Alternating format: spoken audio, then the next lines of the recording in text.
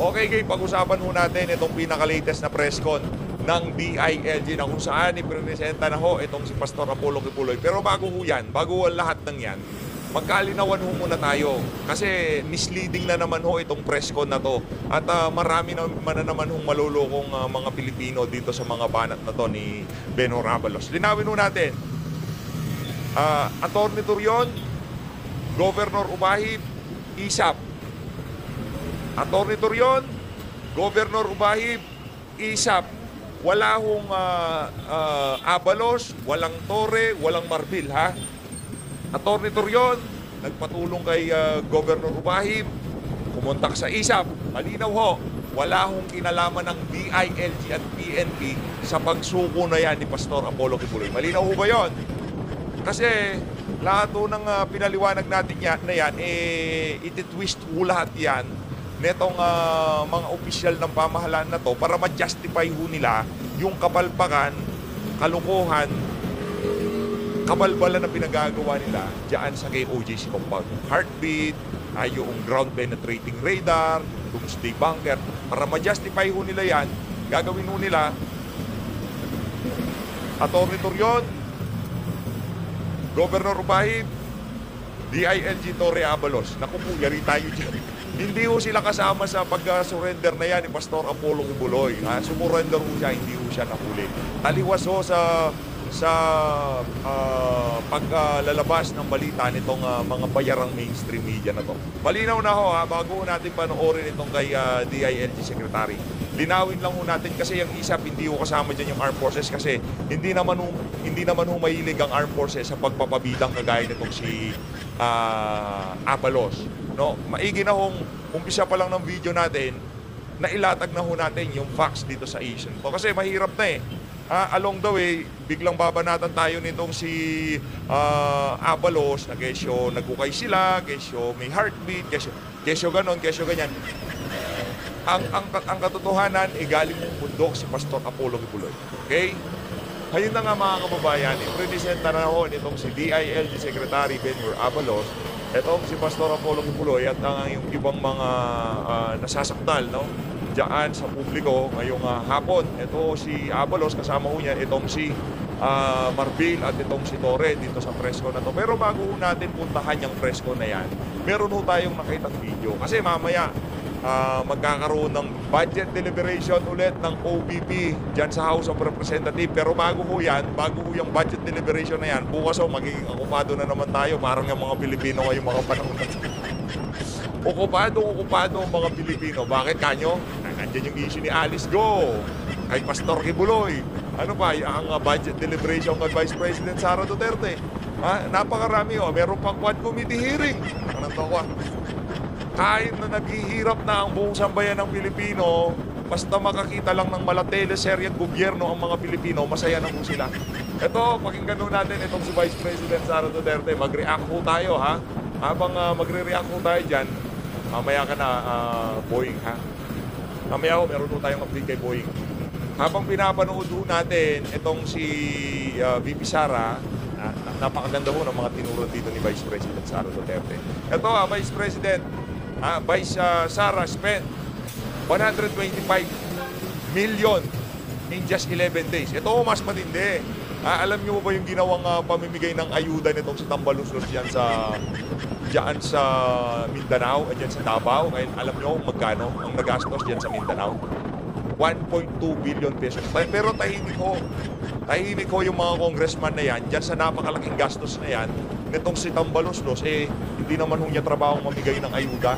Ang trabaho ni Tambaluslos tumimon dyan sa House of Representatives, hindi ho magpakalat-kalat kung saan-saan at meron pa siyang talk to the troops. Hindi naman ho trabaho ng Speaker of the House yan. Pal lang ho talaga yung Speaker Martin Romualdez, no? Ay, imagine, 1.2 billion pesos ang pinamigay niya ho sa mga Dabawin. Ganyan ho katindi yan. Ganyan ho katindi ang si Tambaluslos. Pero ang irony dito, napakatahimik ho nitong mga congressman na to pagdating sa napakalaking halaga. Pero doon sa 125 million, daldal ho sila ng daldal dyan sa confidential fund ni VP Sara na ginasta niya ng 11 days. Kung saan napaliwanag ho yan sa COA. At sinasagot po yan ng Office of the Vice President sa Commission on Audit. At itong ating Speaker Martin Romualdez gumasahon sa isang araw ng 1.2 billion pesos. Palakpakan natin ang Tambaluslos.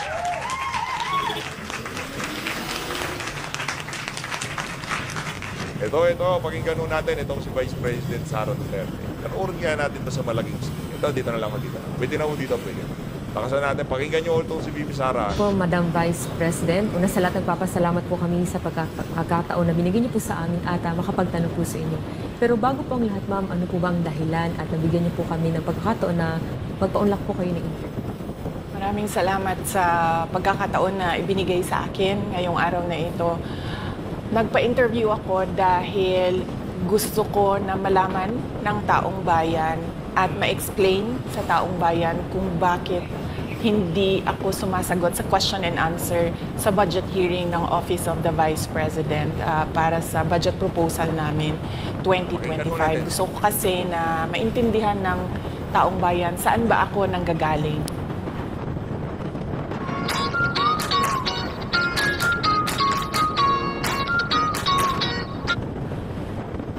Madam Vice President, sa mga nakaraang linggo po, naging laman ng balita ang naganap na hearing sa House of Representatives po para sa 2025 OVP budget.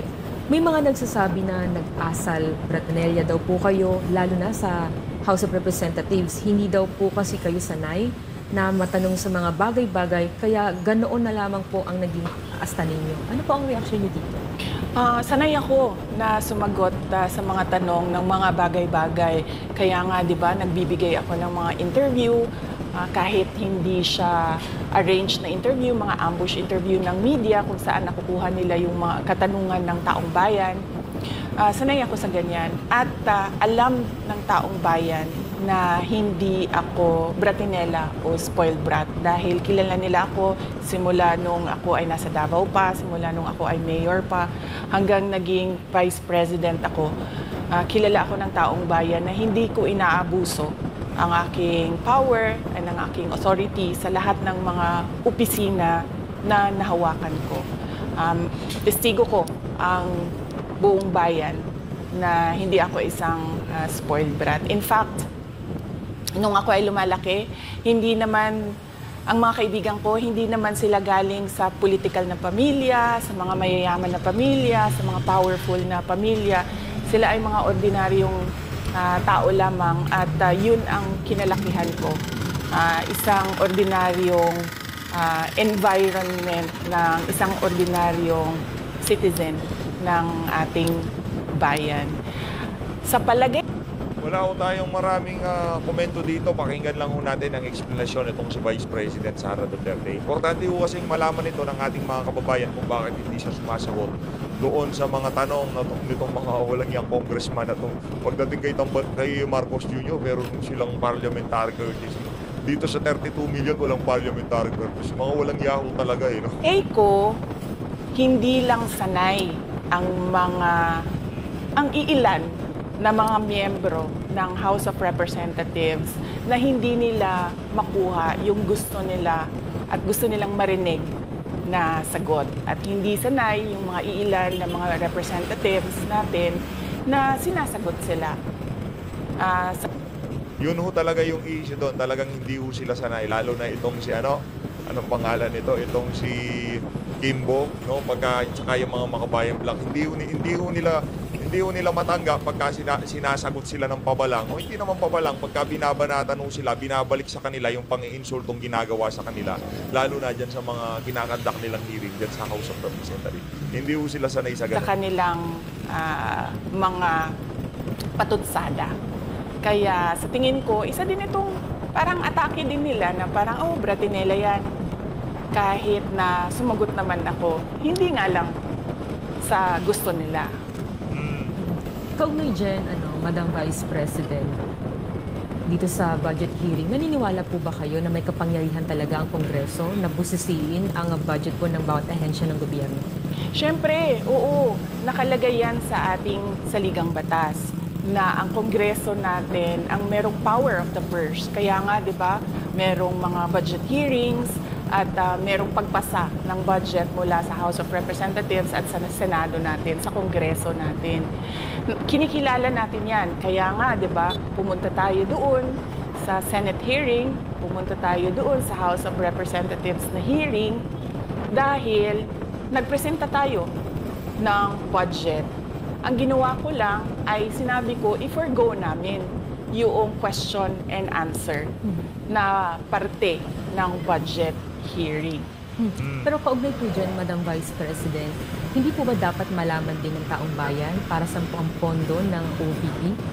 At saan po gagamitin itong panukala po for 2025? Yes, napakahalaga sa akin na malaman ng taong bayan ang Office of the Vice President budget proposal. Kaya nga, bago kami pumunta sa Senate, bago kami pumunta sa House, ay pinublish namin yung budget proposal namin sa aming website, sa Office of the Vice President, sa social media platforms namin. Ginawa namin siyang madaling intindihin ng taong bayan kung saan papunta yung budget proposal ng Office of the Vice President. Tangi ho ang Office of the Vice President. Sa pagkakaalam natin, pwede ho tayong mali kung meron mang ibang mga ahensya ng pamahalaan na ginawa yung pag-publish ng kanilang gagastahing pera sa 2025, wala pa ho tayong nakikita ng ahensya ng pamahalaan na gumawa ng ginawa na yan ang Office of the Vice President. Kaya naman, palakpakan ho natin itong si VP Sara. Pagka gumagano tayo, alam na, ibig sabihin, alam na, kay VP Sara yan.